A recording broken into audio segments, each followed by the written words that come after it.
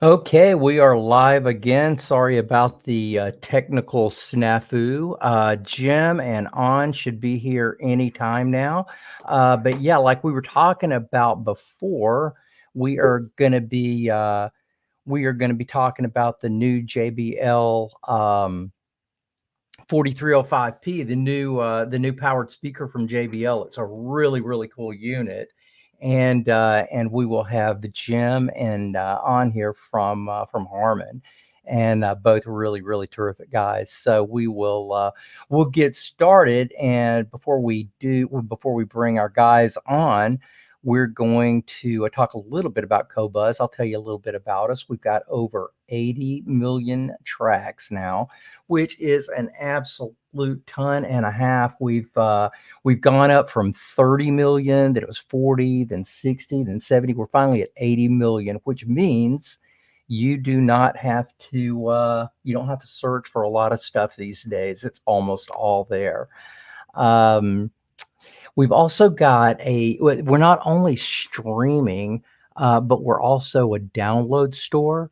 So we ask you to help support your artists by doing as many downloads as you can for them. Everyone knows that artists don't make a whole lot on streaming, but we do give you an alternative way to help these folks make a good living. And streaming is a wonderful, or downloading is a wonderful way to do it, because because the artists end up getting paid at scale at that point. So we do ask you as often as possible to download your favorite artists and support them any way that you can. We've got several different plans. We've got a solo plan starting at about $10.83 a month. So you end up for about, gosh, less than half of what we came into the country at, which was $25, which was a great deal then, but the price continues to go down for streaming. And not only that, but we're adding more and more plans. We just added a duo plan. So for about $15 a month, you and your mate can both have high resolution Qobuz. So for about $7.50 a piece a month, you can have all the high res that you could possibly want. Yeah, this one should have been at the very top. But support your artists by downloads.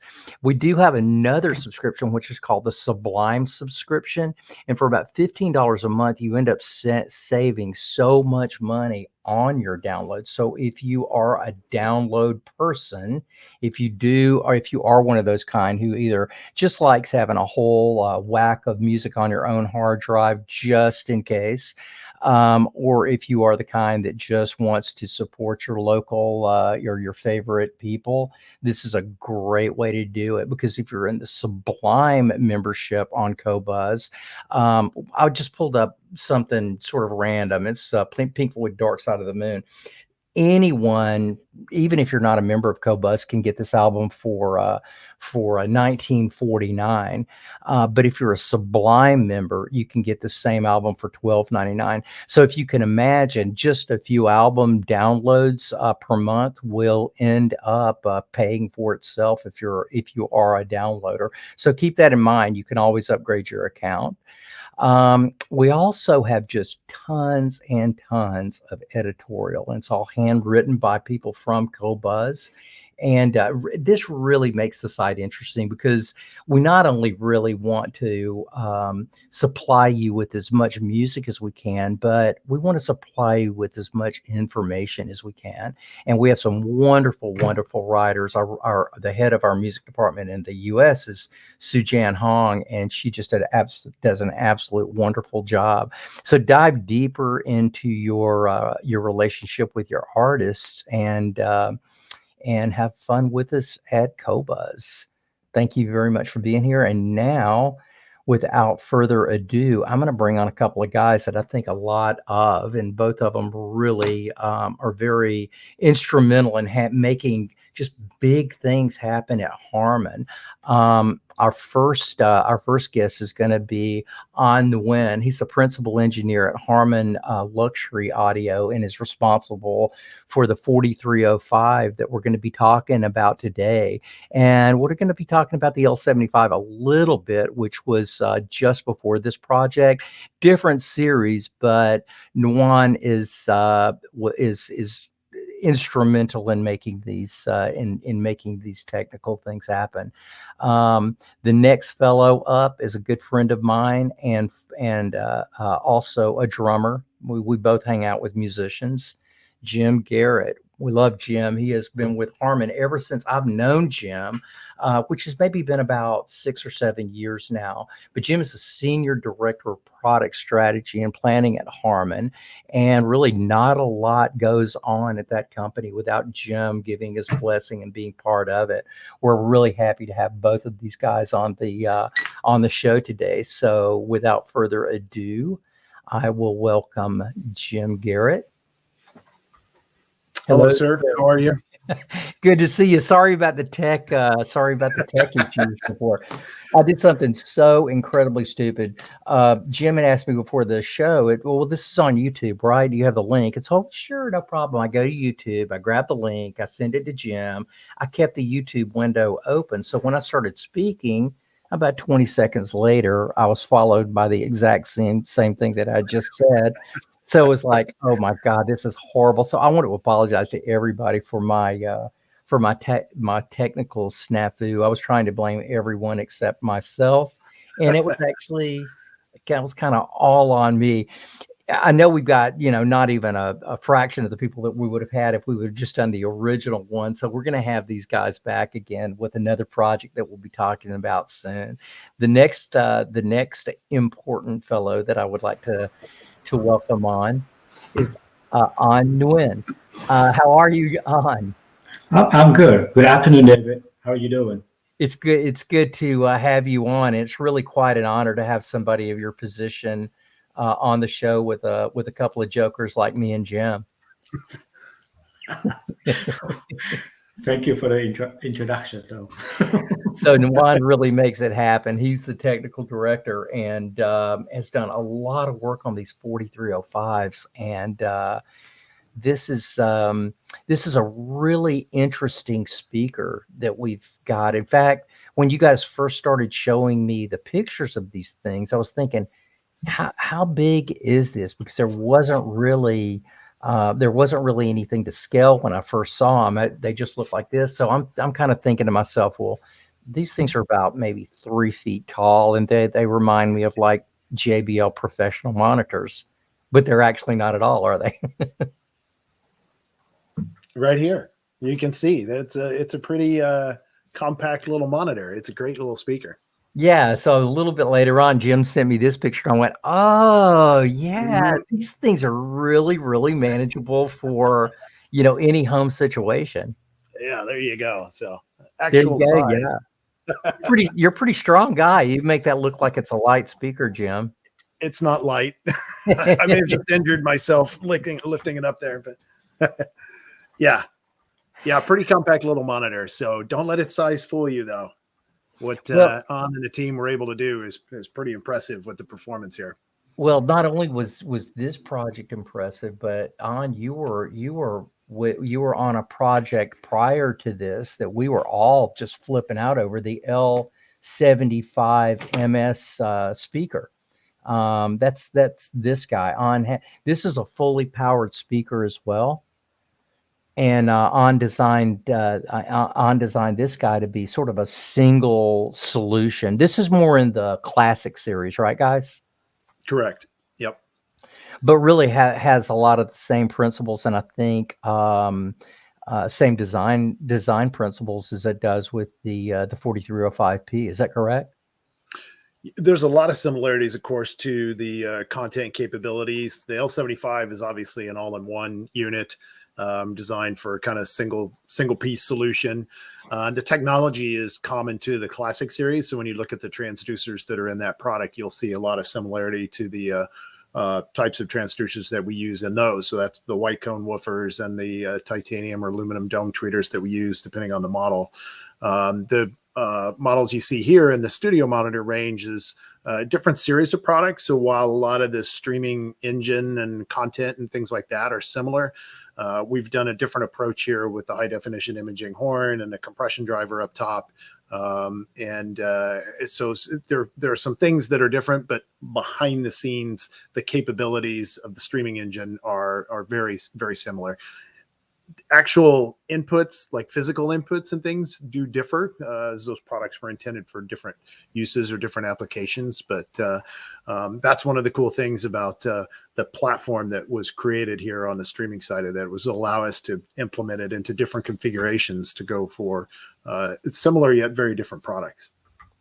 Yeah, one of the things that I really like about active speakers is they solve so many problems that normal people have.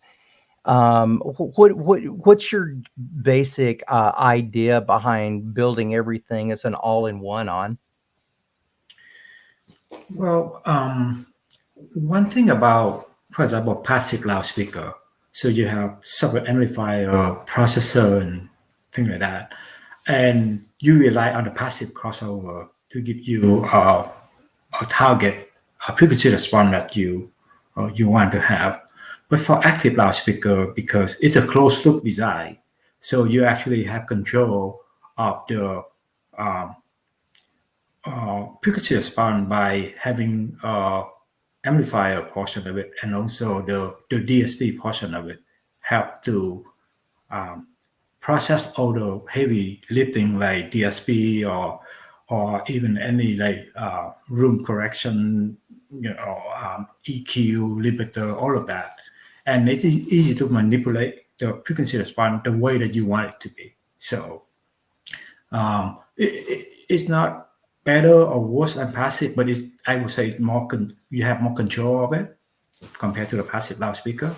Yeah, because it's a closed design. Yeah, I think there's like many advantages to being passive. I'm gonna bring up just a little inside cut of the speaker so that people can take a look at this while we're talking about it. But I think we probably all three have got our own reasons for really liking this technology. Mine are several fold, but I'm going to go ahead and mention one of them right now. The amplifiers are literally right behind the speakers. This is like using 4 monoblock amplifier. It's not like it's using 4 dedicated monoblock amplifiers to be specialized for each driver. So as An was saying, there's really no passive crossover parts in the tweeter and the woofer. On what kind of disadvantages are there to passive crossovers? I mean, there are a few. I wouldn't say disadvantage, but I would say the active loudspeaker have more control because it's a closed loop design, because you have control of the amplifier to the loudspeaker, rather than on the passive design, you have your own passive loudspeaker, and it depends on the amplifier that you pick to make with that loudspeaker. The impedance mismatch may change the sound of loudspeaker. But for this active loudspeaker, it's a closed loop, so you have full control of that. So you can have all the opportunity to match your loudspeaker or your driver with the amplifier. So in case of the 4305P, for example, the 5-inch transducer actually custom made for this application. Based on the volume of the loudspeaker, the bandwidth that we want to have, the driver actually was custom designed based on the required excursion that we need for this application. And then with all the JBL technology that we put in there, for perhaps like SFG, the symmetrical field gap, the the aluminum ring for low distortion at low frequency, and copper cap for we do the inductive modulation to reduce the distortion in high frequency. All of that feature what JBL famous for that we put in there, that little tiny package right there. So I think this is a real advantage working for a company like Harman. And it's really how I see the engineering with with you guys. It's like, and I really appreciate what you were saying is like the woofer really needed to be redesigned to do what you wanted it to do as the chief designer. Isn't it wonderful to have a company that you could go, hey guys, we need to redesign this woofer. I want it to do this and that and this and that. And within a, however amount of time, you've actually got a woofer that's built to your specification.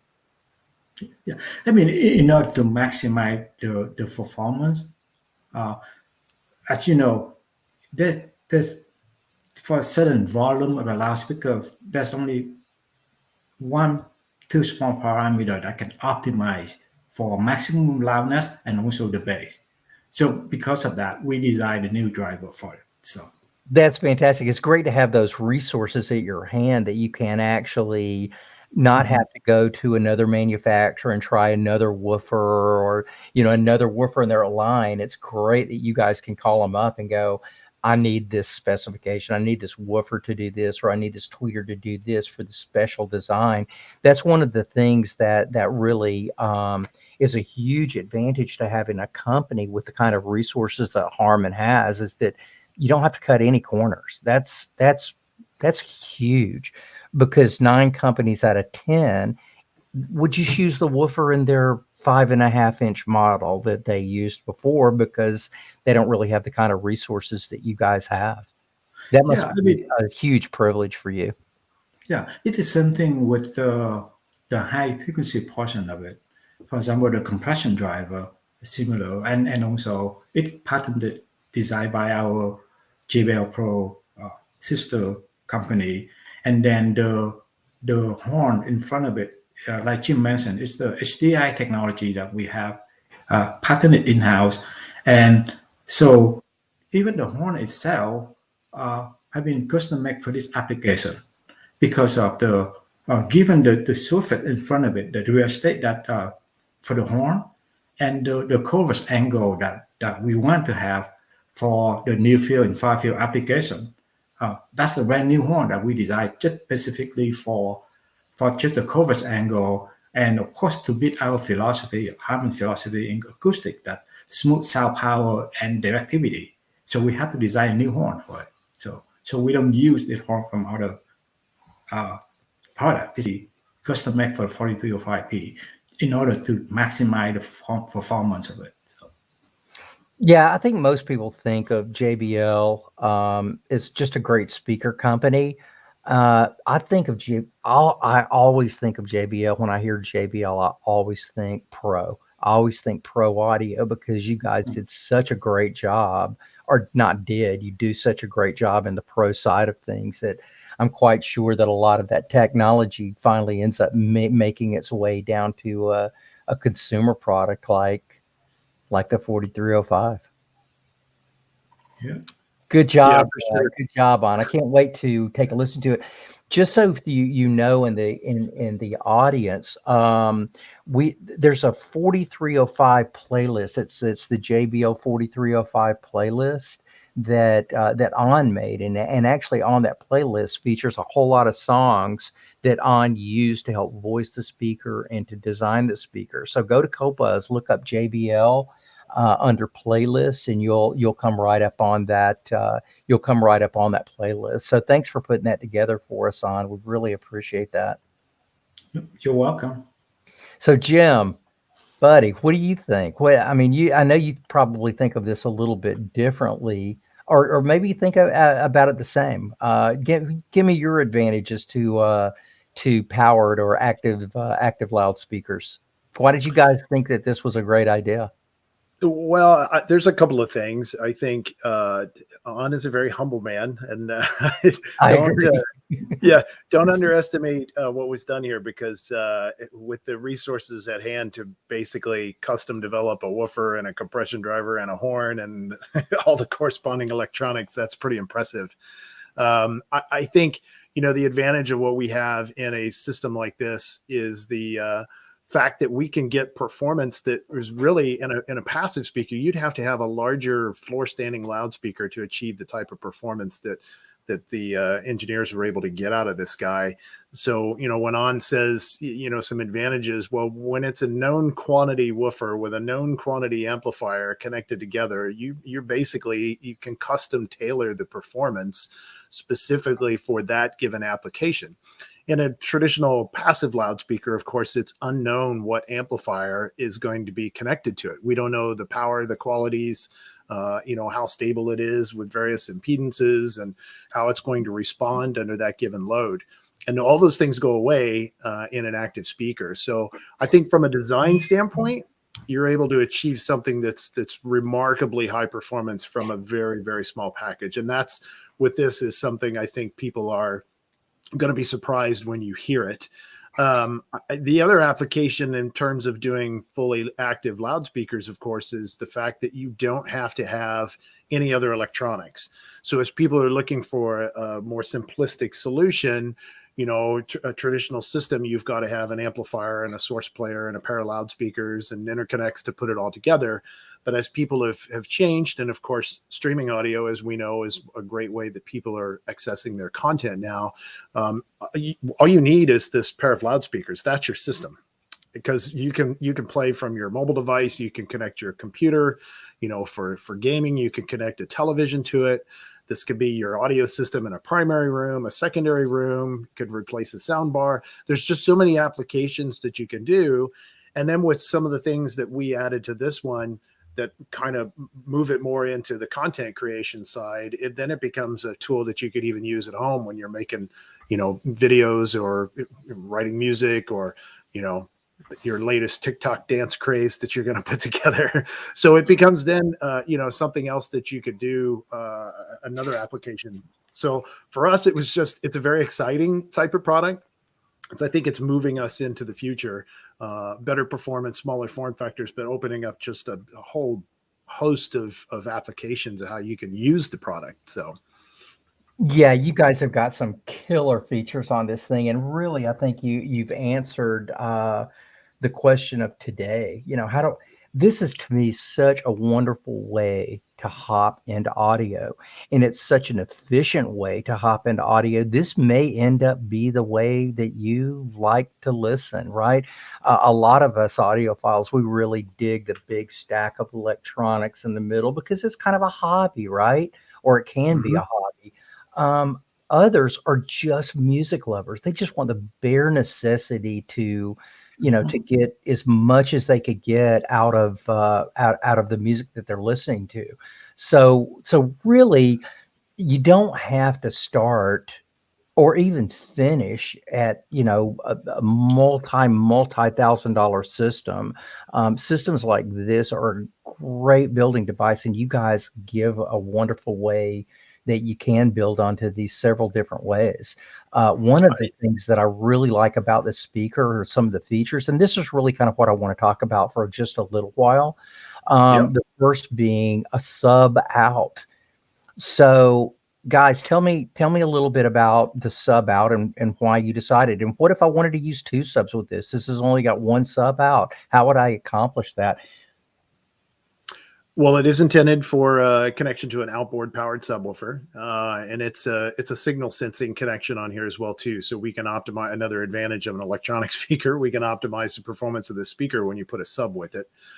So that was designed to be that way. If someone wanted to add additional low end response, back to what On was describing in that woofer, that is a mighty capable woofer. And in the application where we can custom tailor the amplification to it, you've got a product. This little guy can play down into the mid 30 hertz range, right? So it's got great bass response. But if you wanted to add a little more impact, subwoofers can still play even, more bass and lower bass than the largest floor standers. So we wanted to give the ability to add that on there if someone wants to do it. And if you think about one of those applications we mentioned before, perhaps you've got this paired with your television. If you're watching movies and things like that, the subwoofer can add some of that visceral impact that you'd want to have out of a AV application with it. So we thought it was just a great feature to have and give some expansion capability with the product. Well, one of the things that we didn't talk about, and it just came up in a question, is how do we connect Qobuz from my phone or is it from your phone, or do you guys have an app, or how do you connect Qobuz to a speaker like this? Well, you've got a number of ways. Qobuz. It would be any of the streaming services out there, but thanks for saying that. There are no other streaming services, David. We know that. So, yeah, we have a number of different ways you can connect to it. When you were just showing the image of the back panel, there's obviously physical connectivity to it. And so if you're going to use Qobuz application on your computer or something like that, of course, you could do it through the asynchronous USB input on there. That's a great way to, get full resolution of Qobuz into the product. But if you are talking about a phone or a mobile device, then the wireless capabilities that the product has is where you're going to do that. The easiest and simplest way, of course, there's a Bluetooth connection that's on there. That's a very easy and convenient way. And that may be something when your friends are coming over and they're like, I got this cool song you need to hear. That's a cool way to pair to it. If you're the owner of these and you have them in your house, they're going to live on your network. And in that case, we have the Chromecast ecosystem is accommodated here, as is Apple AirPlay 2. So once you're in either of those, then you could stream straight from the Qobuz app on your phone or your tablet and connect via one of those ecosystems to it. And then we do have a Harman application. I'm sorry. We do have a Harman application that's called Music Life. That is another way that you could do it. And that's more of a UPnP type of connection that if this is living on your network at home, then you could put it through that application as well. So there's 4 or 5 different ways to get Qobuz in, and probably and 2 so or 3. while we're at that, Jim, let's just make clear, this is one of the powered speakers that can play up to 24,192, correct? Correct. Yep. So you'll be able to get all of the resolution from Qobuz with these things. These guys have. I did know that they had made arrangements to do this. So yeah, great ways to connect, a whole lot of ways. But I kind of want to go back to the USB for just a second, because a lot of people are going to go, well, how can I get a really incredible signal? This is a superb way to do it. The USB input, as Jim was saying, it's asynchronous. So there's a two-way communication between, boy, it looks like we are kind of cutting in and out. Not quite sure why. I think if we don't have technical issues during this stream, we wouldn't know how to act. But at any rate, the USB is a really, really good way to get a signal. And the other thing that I want to talk to you guys about is you decided to put an Ethernet in, which I was super, super glad to see. Mm-hmm. Yeah, absolutely. So you've got a couple different ways there. Obviously, we know that a Wi-Fi connection is the primary way that people are going to have this live on their network at home, but there is an Ethernet, so you can hardwire to it. If maybe you're in a space where there's a little more going on in the air, like if you're in an apartment complex or something like that and wanted a little more reliable connection for the network part of it, you could do that. But yeah, we did provide that in addition to the USB and the wireless forms of connectivity to it. So you've got a number of ways to get into the unit with high-res audio. So if there are any Qobuz fans watching that have watched me before talk about these things, this is something that I feel really, really strongly about with Qobuz. You really need to treat it like a high-end source, because it is a high-end source. So I always recommend wiring, if at all possible, wire your system up. Your internet these days is the backbone of most any systems. So I find that people sometimes skimp out on that part of it. They'll go spend $10,000 on a preamplifier and still use the AT&T router that the company gave them across the room, and wonder why their system isn't working so great. Not long ago, I've had my system hardwired for a long time, because it's just, it's just the way to do it. Qobuz is a non-adaptive system, so if the signal does clamp or drop down for just a millisecond when your kids in the other room playing Fortnite, you're gonna lose a signal. That's why I always say, if at all possible, please try to wire your systems. You will get better performance on it. And lately, there's been another thing that I've been recommending to almost everyone, which is to say, if you just absolutely cannot get a wire to your system, invest in a good mesh network like the Eero system, EERO, from I think Amazon owns it. But I put one of those systems in not long ago, just because I wanted to test how strong the system is. I can't get it to skip, even with 24,192. I switch it away and I still go wired, because now the thing that the mesh network has brought me is the lack of latency. When I hit a button and I hit go to the next track or pause or do anything that I want, that big Eero system really helps the latency to just not happen at all. If you're like my wife, you'll push the button once. The second time is she mashes it. And then the third time she just starts banging it. So it's like, it's really, it's not fun. Latency is no fun. So I would just say, I just don't even beat around the bush with it. If you're going to do it and you're really going to do it right, the optimum is wiring that system. And these guys have given you the opportunity to do that with an Ethernet. Or if you're not going to hardwire it, go out and grab a decent mesh system that can handle the size of the house that you're in or the signal that you're trying to create. You'll know that you got latency when you hit that button, and it takes a second or so for it to work, or 2 or 3 seconds. That's no way to have a system. So since we are talking about high end on most everything here, starting with our speakers, we just recommend that you try to hook up your system in a high-end manner, the way that it really deserves, so that your performance can be as good as it can be. Sorry, didn't mean to hop on that bandwagon, but I just really appreciate you guys adding that Ethernet in there. That does make a difference in most people's houses.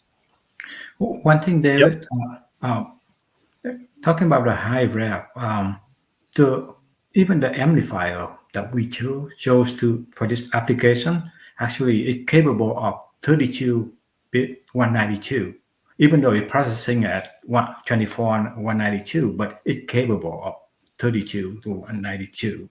So the reason why we did that, because the high rep that give us the better, the very low distortion, also a wider bandwidth, and very stable also. And one cool thing about the amplifier that we choose is the digital input.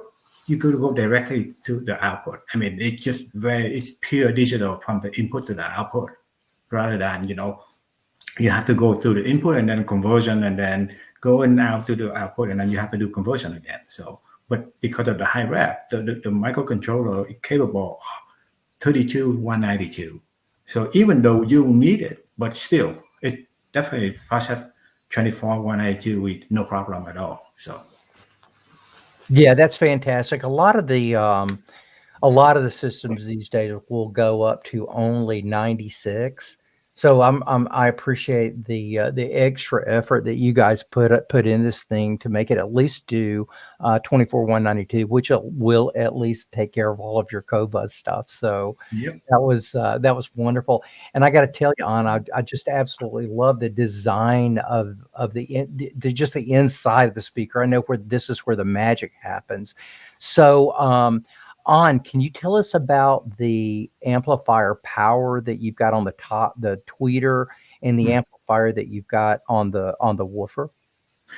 Okay, so we start out with maximum SPL, the loudspeaker is capable of, right? And then also the bandwidth.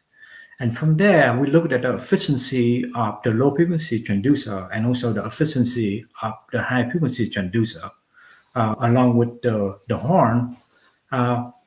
And we want to make sure that in high frequency we have all the dynamic capability that music or movie can produce. So we figure out it's about 9 dB crash factor. So we size the amplifier about 25 watts, even though normal play-in is about 2.5 watts.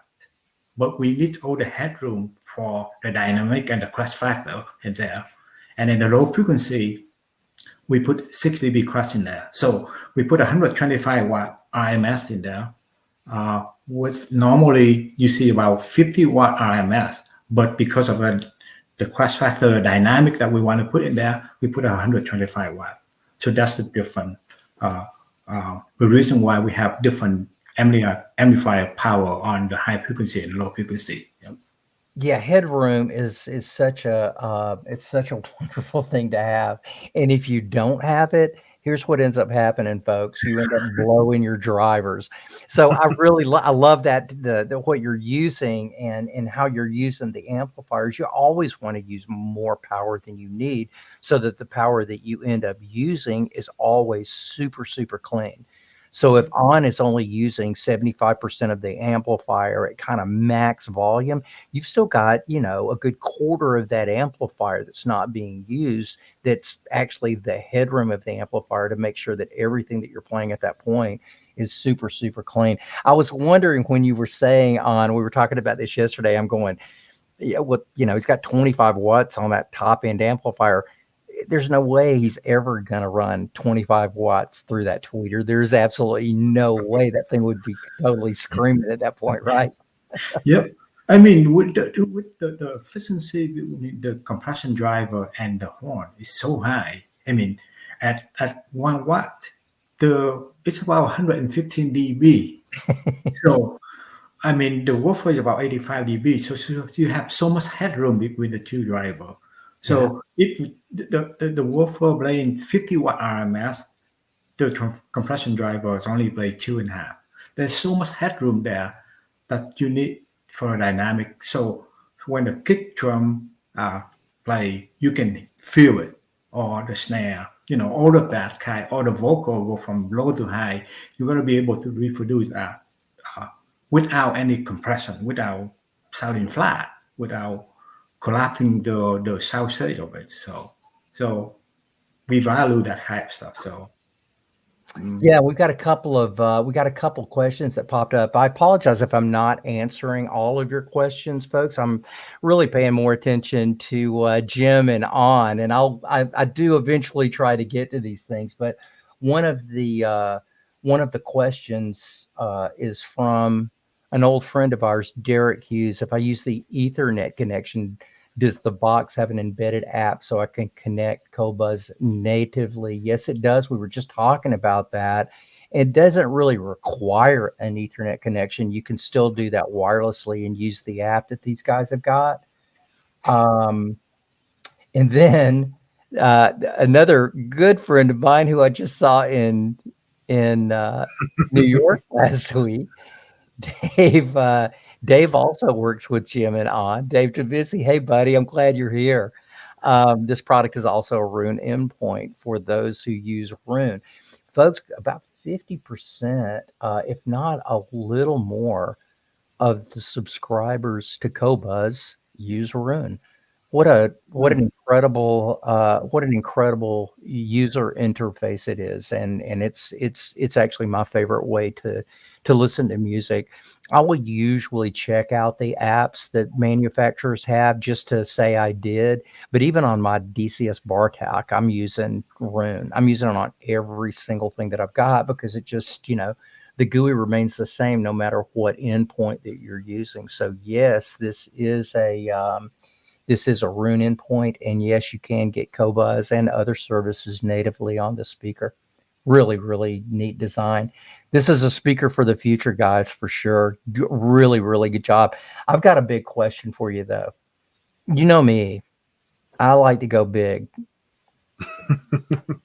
So tell me, is there anything that you can talk about taking these speakers to a larger form factor for us, the guys that really want to be the Maxell man in real life? Yeah, well, we would have to do, the Men in Black thing. It's like I could tell you, and then I'm going to wipe your memory. So That's kind of what I thought. That's what I thought. yeah, the cool thing about this technology is it's obviously very scalable. When you look at the form factor that we have here, again, you got to hear these things, and I mean, if you sit down in front of a pair of these little guys, and you think you're listening to a pair of floor standing, loudspeakers. So. That's one thing about it. But of course, it can scale. They don't have to be small. There are advantages of it being there, but those same advantages exist if the speaker gets bigger.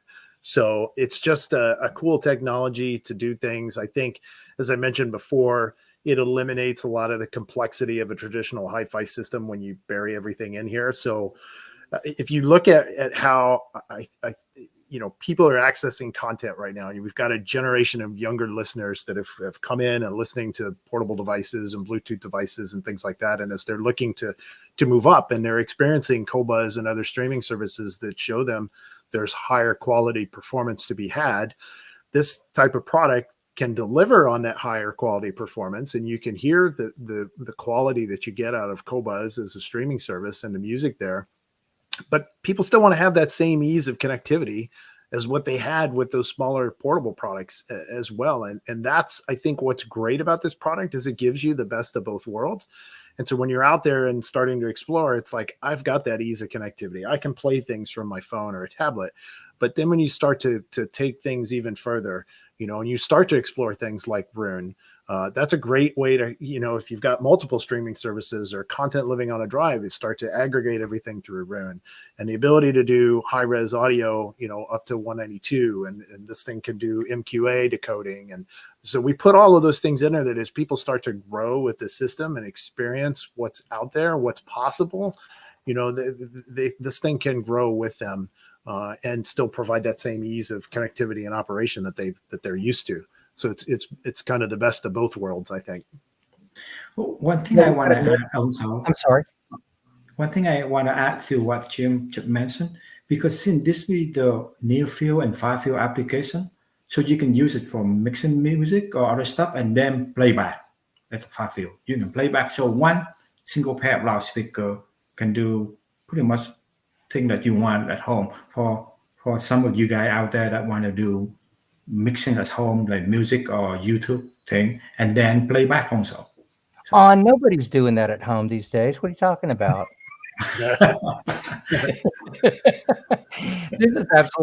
This is such a huge business these days. Everybody's getting into the DAW world. Jim, you and I've been playing in music a long time. Could you imagine having tools available to you when we were growing up that are available right now? If you're a musician, if you're a budding musician, what is it that comes with free with the Apple stuff? GarageBand, unbelievable little DAW, something that if we would have had something like this years ago, we would have used the heck out of it. But what An is talking about is typically when you're playing music back, it's not typically the same speakers that you're using when you're mixing or you're mastering or trying to get your stuff down. With this type of a speaker, you can kind of use this for both. So that's a great point on. Yeah, it'll basically do whatever you want. But I think, certainly with the lockdown the way it was, there's so many people that are creating content at home, and that's where we thought this would just be a cool way with adding a couple of the features on the back to allow this to really be everything you need. As you said, it could be near field, could be far field. You could connect it to a DAW in addition to all of the other consumer applications we said before. And it's just, and you think about when we were growing up and it's like you had a Tascam 4-track recorder. And if you were lucky, right. If you were lucky, right. And then now with what you're able to have at home, you're seeing major label releases that were recorded in home studios. It's just phenomenal. What people are able to do at home now. An, we have one more question that I'd like to direct this at you. We have got, let's see, James. So Vanessa asked, is there a Phono hookup or is it just digital? I think it's Phono, right, Jim? Well, you've got so there's no phono stage in it per se. So if you've got a turntable that's got a phono preamplifier built into it, you could connect it through any of the analog connections that are on the back here. So if you see there's an aux in, a 3.5 mil aux in, and then we've got the combo XLR TRS input jack that's there. So you could connect a turntable to any of those as a line level input, but you're going to have a phono preamp either outboard or a phono preamp built into the turntable, because we did not put one in this particular product. Now, the other one that we mentioned before, the L75MS, that's the all-in-one unit, that does have a phono preamplifier built into it, so you could directly connect a turntable. But again, we kind of saw these as slightly different use cases in that respect. So yes, it can be done. You will need potentially a phono preamplifier if you don't have it in your turntable. The next couple of things I want to talk about is the bass contour. So if you look at the back of this, it's about in the middle of the page. It says bass contour 0 or -3 dB. Can you guys just talk about that a little bit? It should be kind of obvious, but I'd like you guys to take that one. Okay, so go ahead, on. Okay. So for the 0 dB position, that's where we expect the loudspeaker to sit on the stand in the room. So we designed in the anechoic chamber. That's the frequency response, the flat, that on the stand. But if you put the loudspeaker near any boundaries, for example, the wall, or you put it in the bookshelf, one thing like that, then you need to put it into -3 dB because of all the loading. The loudspeaker see from the side to side and the back, and or even on the table sometimes, especially mixing table, because the loudspeaker see another boundary in front of it. So the bass is going to be low up. So it's going to be a little bit boomy or muddy, the mid-range. So you need to switch it back to the -3 dB just to compensate, to make the whole frequency response flat. So this is a terrific conversation because this is so important. You can hear a pair of, say, bookshelf speakers and audition a set of bookshelf speakers, and then you go home and you go, you know what? The only place these things are really going to fit is a place like this. Well, I got news for you. If you throw up a couple of speakers that have got really good bass response up against a wall like this, just like On said, they're going to end up being super, super boomy. So if you have got the capability of, wrong slide, sorry guys. If you've got the capability of taking this down just a bit, and this is a 3 dB cut, it'll work just fine in a situation like this. So really, really well done. And much more efficient, and just a better system than saying, throwing a piece of foam rubber into a port to take your bass down somewhere. Yeah. Another good thing for this is when you're using a subwoofer, you probably, in very few situations, you would have that as you could help use that to tune the sub as well, right, guys? One thing about the subwoofer, that we have the feature that we have a subwoofer. When you plug in the subwoofer input, it's automatically, the amplifier detect the loading and put a high pass filter 80 hertz to it. Oh, fantastic. Yep. Yeah. So you don't have to adjust anything. It automatically adjusts itself. So in the way, now the bookshelf, the loudspeaker doesn't have to play low frequency like in the 40 hertz. It's only play from 80 hertz up. It's actually play louder, right? Right. So yeah, because you're not asking it to do the toughest thing. The toughest thing for any system to produce is bass. Yep. From a power standpoint. So when you're asking the woofer to do not unlimited low bass, but you're cutting that thing off at, say, 80 cycles, which there's a lot of bass and bass energy up under that. Just let the subwoofer handle it. That's what you've got it there for anyway. That's a really, really good feature. Automatic high pass. I'm glad you guys put that in there. Yeah, this is terrific. What have we left? Oh, I know what we've left out, Jim. Somebody asked this just a second ago. Jack Herbert, I'm sold. When will they be? When are these available? Yeah, so it is exciting. These are started production just about a week ago right now. So they're on their way to retailers in the US. I would expect some of the first people should see them hopefully by the end of the month. But obviously it depends on what order that they got their orders in the system. But you should see them here just within the next couple of weeks. Fantastic. And if someone was interested in a pair of speakers like this, guys, how much would they run? So these are priced at $2,200 a pair in the US. And if you go to the new JBL.com site where the specialty audio section is, that's where these products will live. And then you can also find a dealer locator there, so you can find a local dealer to get yourself a pair of these, because they are pretty fantastic. Something I'm really excited about too, and I owe you guys all a big thank you for. Like I said, On's got a really, really good playlist on Qobuz, so that their customers can, listen to this playlist and hear exactly what On was hearing when he was designing these speakers. If you don't happen to have a subscription to Qobuz, Harman and JBL were insightful enough that they got together with us before this thing ever happened and said, we want to put together this playlist, but we also need a way that people can listen to the playlist. So we've got a special offer inside of these speakers. When you open them up, you'll see there's a 90-day free trial for Qobuz. So when you get them, if you don't happen to already have Qobuz, hop on and join us. You'll find out why the guys from JBL and Harman are such great partners, and we just absolutely love working with you guys. You're always coming out with such incredibly cool gear. I was with Dave Tavisi last Saturday. He stopped by the New York Audio Can Jam show, and he's always doing something, showing me something. And I'm going, really? I mean, seriously, you guys have been working on this a long time. He showed me a pair of Mark Levinson headphones that you guys were working on. And I got to tell you, I tried to talk him out of them. I was going, I think these a lot worse than you do. I think I look a whole lot cooler. Perhaps a pair of these might be the headphones.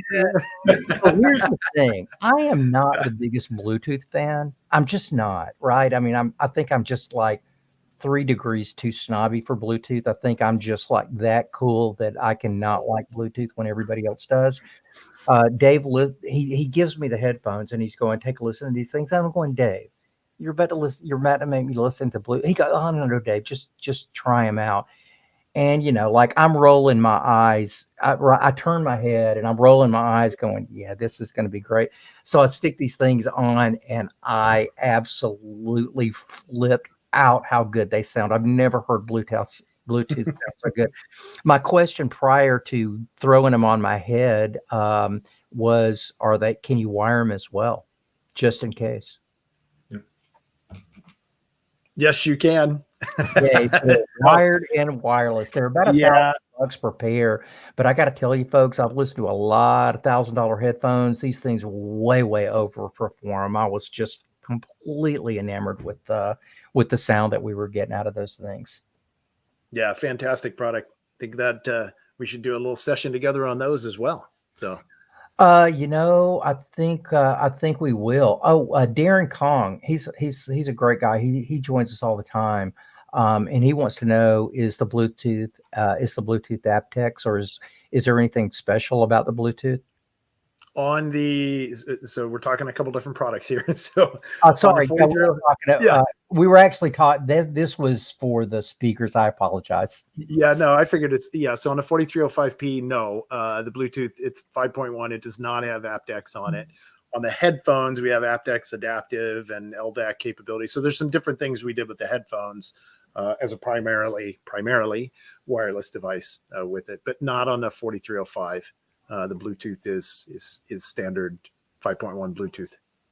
Great. So tell me, guys, we're sort of coming to the end of our time together. I want to tell you both, thank you so much for sharing and just making the time to do this. It's not like, we picked a couple of guys that weren't very busy. Jim, I've never seen you when you weren't running in 14 different directions, and I can't imagine everything on your plate. So I really, really appreciate you guys taking the time out to join us, and just crazy apologize for the technical snafus that we had at the beginning of the show.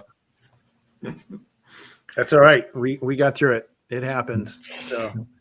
So tell me, what have we left out that would be, really cool to end the show on, or if we kind of covered everything? Is there anything that you'd like to end with that we didn't talk about?